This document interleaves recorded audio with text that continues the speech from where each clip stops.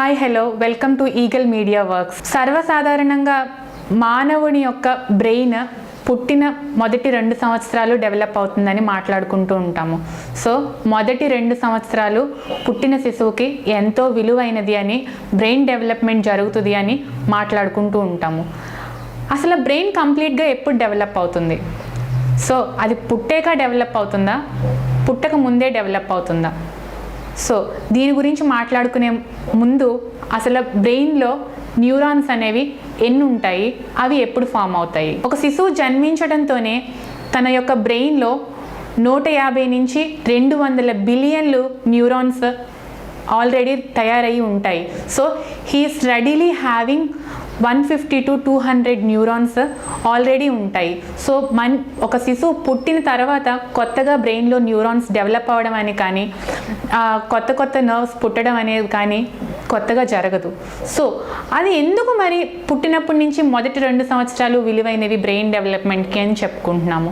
So brain stimulation అనేది శిశువుని దగ్గరికి హత్తుకున్నప్పుడు, తల్లి పాలిస్తున్నప్పుడు, వాళ్ళతో మాట్లాడేటప్పుడు, సెన్సిటివ్గా వాళ్ళతో రియాక్ట్ అయినప్పుడు, ఇటువంటి టైంలో బ్రెయిన్ యొక్క నరాలు స్టిమ్యులేట్ అవ్వడం వల్ల బ్రెయిన్లో కాగ్నిటివ్ స్కిల్స్, ఆలోచన శక్తి, ఏ విషయానికి ఎలా రియాక్ట్ అవ్వాలి, తన యొక్క నమ్మకాన్ని ఎలా బిల్డ్ చేసుకోవాలి, ఇటువంటి ఆస్పెక్ట్స్ మీద అవి స్టిమ్యులేట్ అవ్వడం వల్ల ఈ మొదటి ఫౌండేషన్ స్టేజ్ పుట్టినప్పటి నుంచి 6 సంవత్సరాలు కావచ్చు, మొదటి 2 సంవత్సరాలు కావచ్చు, ఈ స్టిమ్యులేషన్ వల్ల ఆ స్కిల్స్ అనేవి, ఒక పర్సనాలిటీ అనేది డెవలప్ అవుతూ ఉంటుంది.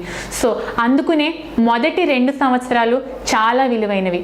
మనం ఒక శిశువుకి ఎటువంటి కేర్ ఇస్తున్నాము, ఎటువంటి పోషణ అందిస్తున్నాము, ఎటువంటి ప్రేమని అందిస్తున్నాము, వాళ్ళు అడగంగానే వాళ్ళకి స్పందిస్తున్నామా, టైం టు టైం వాళ్ళని ఫుడ్ ఇస్తున్నామా, ఇటువంటి విషయాలు మనకి సాధారణంగా అనిపిస్తాయి.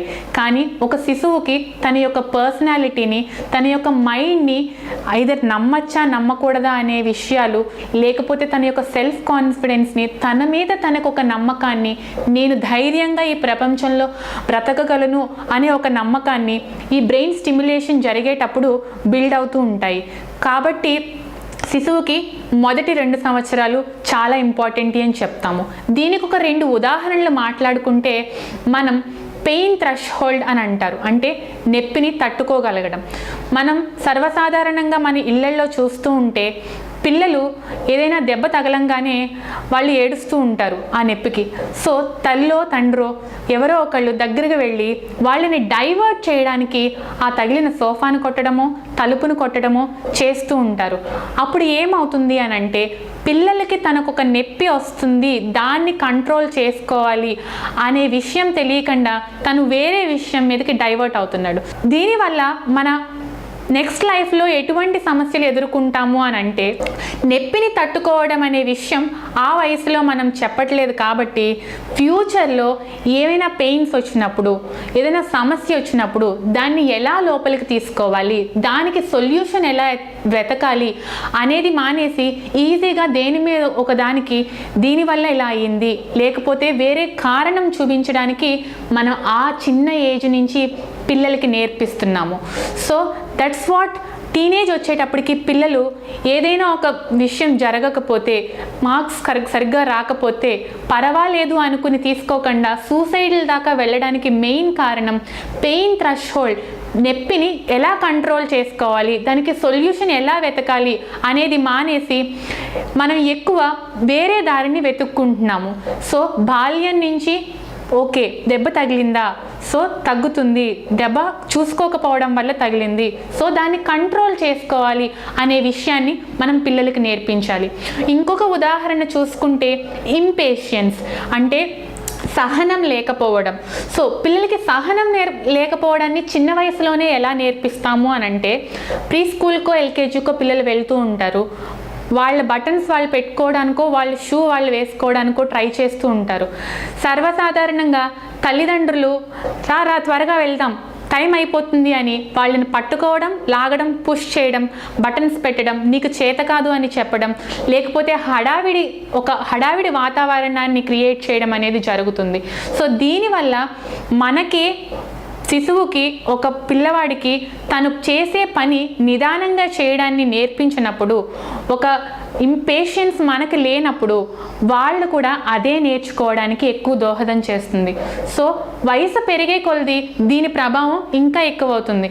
సో ఏదైనా చదవాలి అన్నా, ఏదైనా ఒక పని చెప్పినా పిల్లలు దానిని లేదు నేను చేయలేను అనో, నాకు ఓపిక లేదనో, నాకు ఇంట్రెస్ట్ లేదు అనో ఎందుకు అంటున్నారు అని అంటే చిన్నప్పటి నుంచి వాళ్ళకి పేషెన్స్ అనేది మనం అలవాటు చేయలేకపోతున్నాము.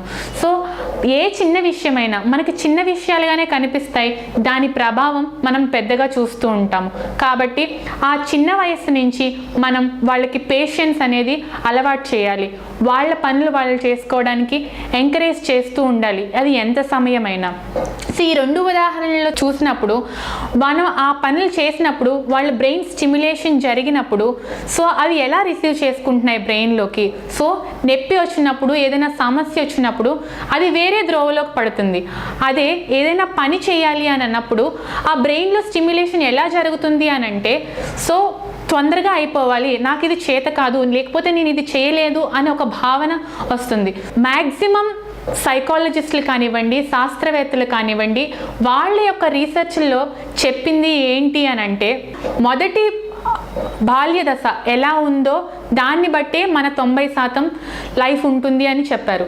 సో దీన్ని బట్టి మనం అటువంటి బాల్య దశలో పిల్లలకి కొన్ని అలవాట్లు, పనుల వల్ల వాళ్ళ స్టిమ్యులేషన్ జరిగేటప్పుడు ఇటువంటి చేయడం వల్ల అవి వాళ్ళ పెద్దయ్యాక కూడా ఎఫెక్ట్ అవుతూ ఉంటాయి.